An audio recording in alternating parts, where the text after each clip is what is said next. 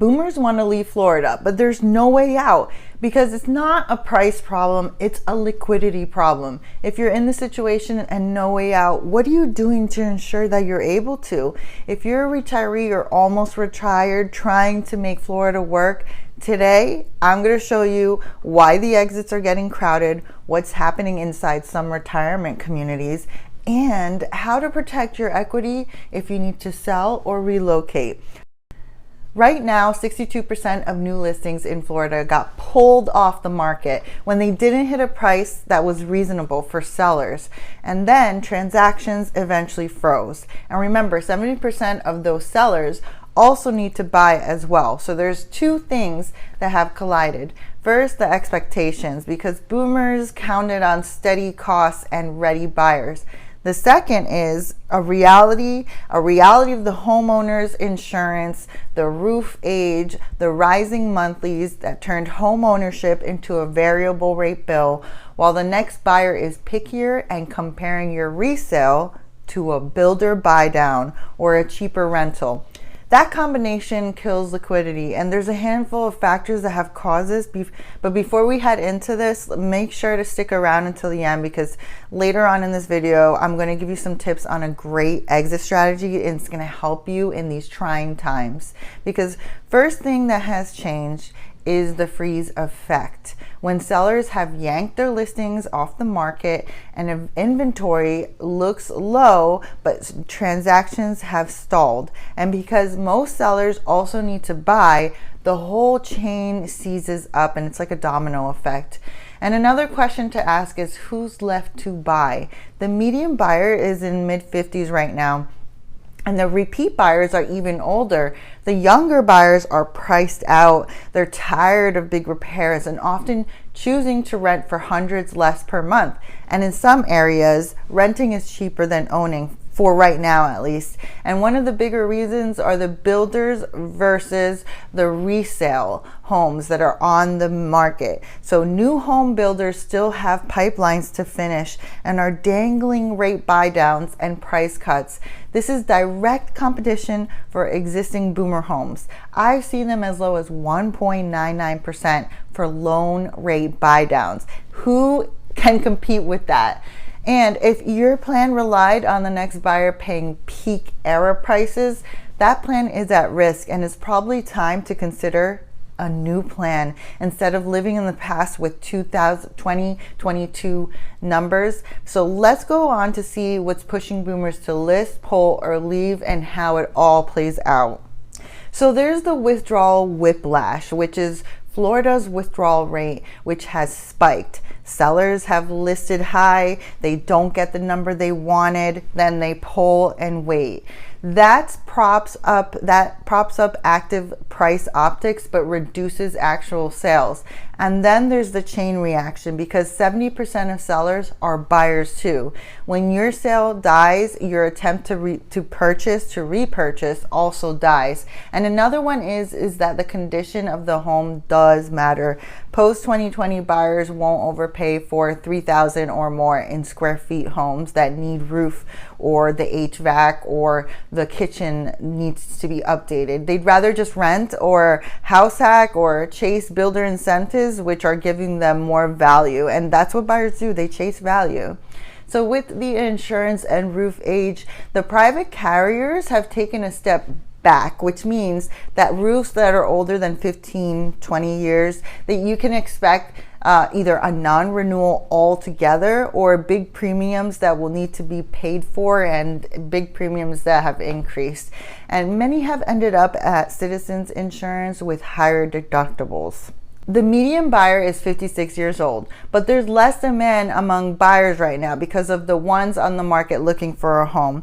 And for the first time are the younger millennials that didn't have the same opportunities as everyone else due to always high inflation and high student loan debt. If your next buyer can't qualify or chooses a cheaper new alternative, your price is just not good enough.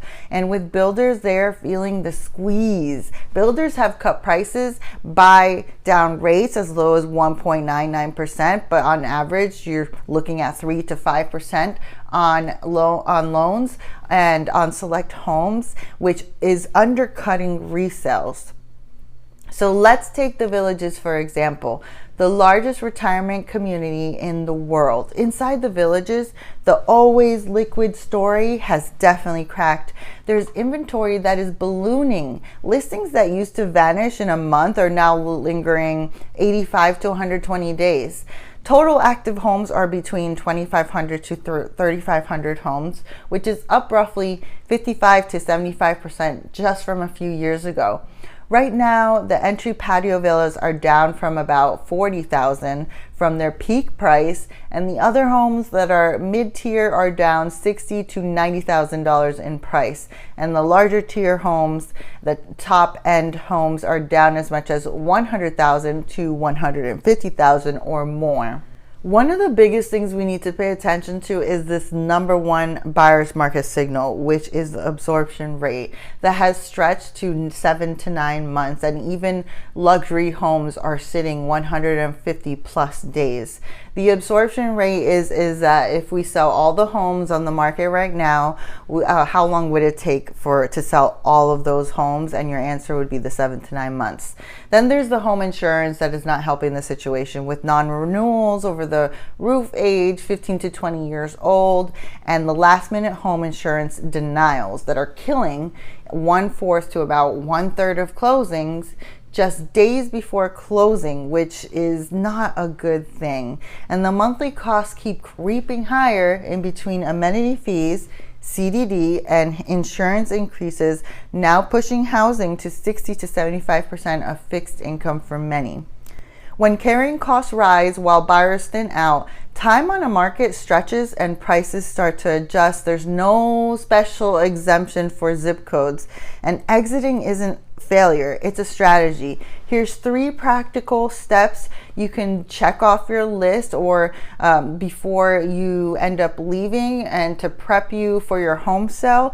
So the first one is to do the insurance readiness check and solve insurance first with a roof report and quotes on it before you list.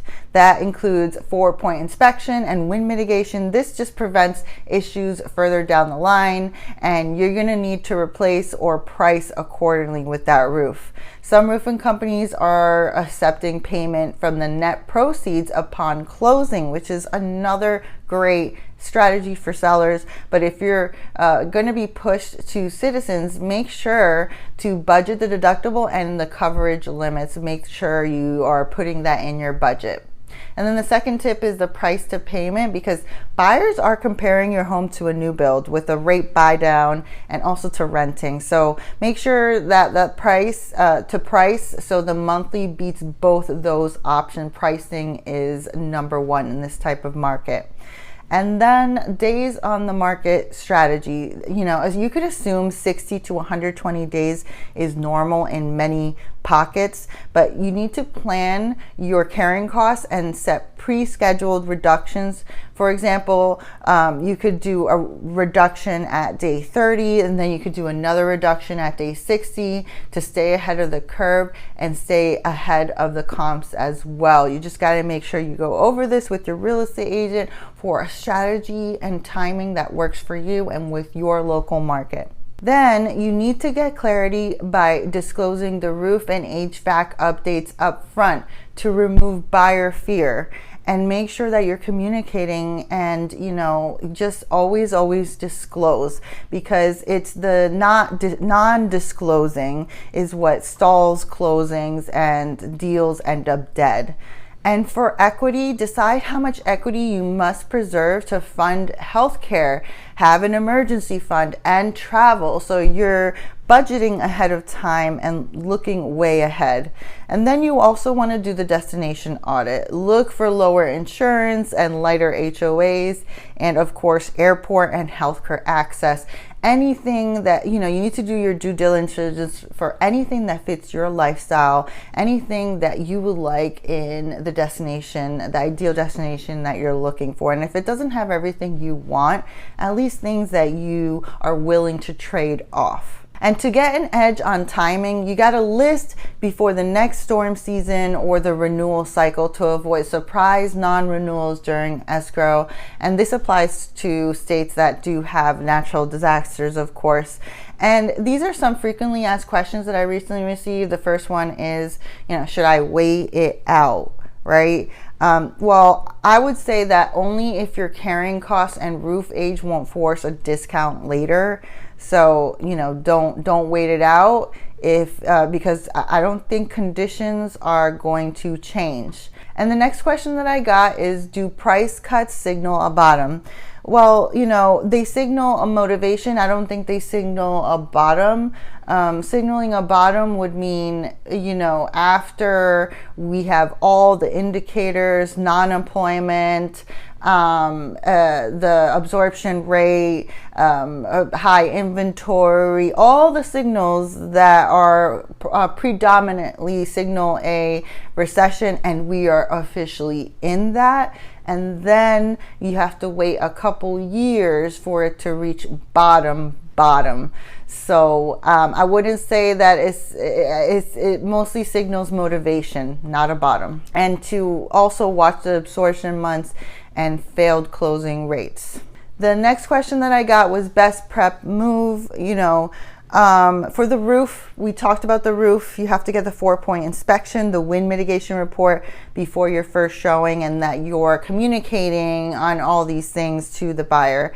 And Florida still works for the right property and budget, but the rules have changed. If you want a free exit options checklist or a price to payment analysis on your home, hit the link in the description below or just email me. I'm Krish D'Errico. I'm a real estate agent that is passionate about helping people turn their retirement dreams into reality. And I do this by helping people find their perfect place to call home. Now that you've seen why boomers want to flee Florida, don't stop here. Check out this video right here where I break it down without all the sales fluff. And if you're extra curious, you could join my newsletter for insider tips to make your retirement everything you've imagined. Because remember, it's not just a retirement, it's a lifestyle.